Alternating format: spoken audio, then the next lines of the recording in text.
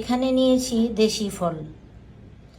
দেশি ফল বলতে কাঁচমিঠা আম, আর এটাকে বলে কাউ।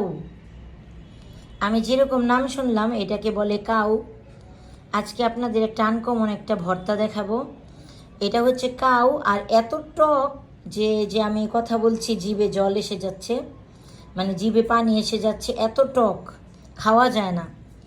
তো আর এই আমটা হচ্ছে টক মিষ্টি, মিষ্টি বলা যায়, টক না। টক মিষ্টি বললেও এটা, কাঁচমিঠা বললেও এটা মিঠা আমি, মিষ্টি মিষ্টি।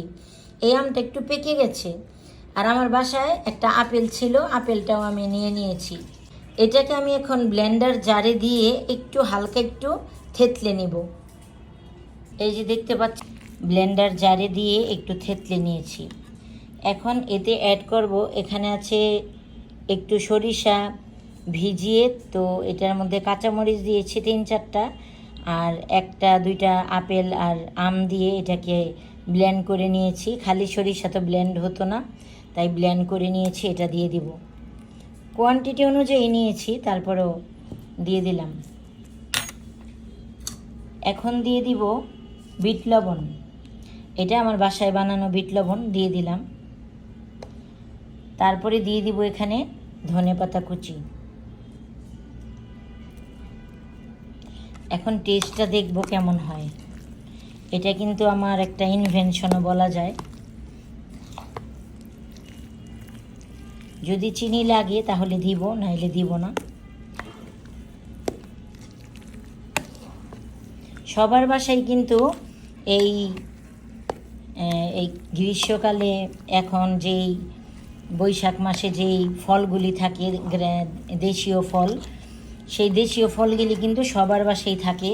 তো এভাবে যদি একটু থেতলে ভর্তা করতে পারেন, সাথে একটু টক জাতীয় কিছু দিয়ে, মন্দ হয় না কিন্তু।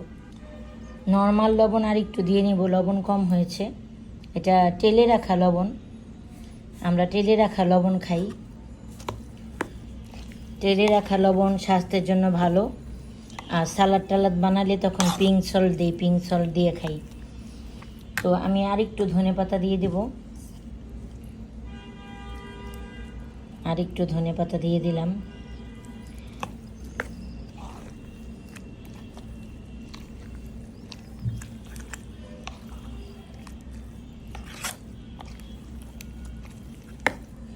ভালো করে মিক্সড করে নিলাম।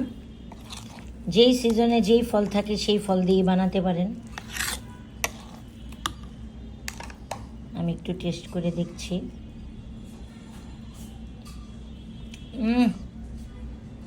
মাশাআল্লাহ, খুব মজা।